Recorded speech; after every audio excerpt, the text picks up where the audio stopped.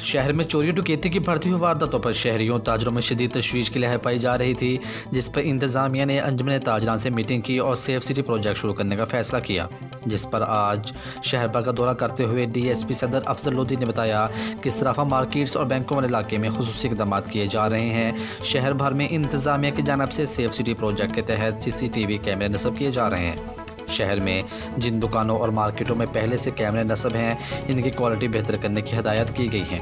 शहरियों के जानो माल के तहफ़्फ़ुज़ पर किसी किस्म की गफलत या कोताही बर्दाश्त नहीं की जा सकती। उनका मज़ीद कहना था कि शहर के हर चौक पर इंतज़ामिया की जानिब से 8 से 10 CCTV कैमरा नस्ब किए जा रहे हैं। DSP हेडक्वार्टर फलकशीर भट्टी का कहना था कि शहर में चोरी और डकैती के आए रोज़ होने वाली वारदातों पर कार्रवाई की जा रही है।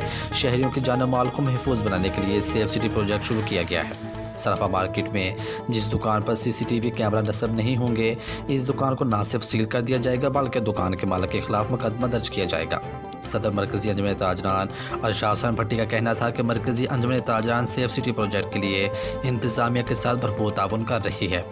सदर सराफा एसोसिएशन हाजी नवीद अख्तर का कहना था कि सराफा मार्केट में हर दुकान पर CCTV कैमरे नस्ब करने की पाबंद कर दिया गया है। इस मौका पर सराफा मार्केट में ना तजर्बाकार गनमैन को पुलिस ने हिरासत में ले लिया।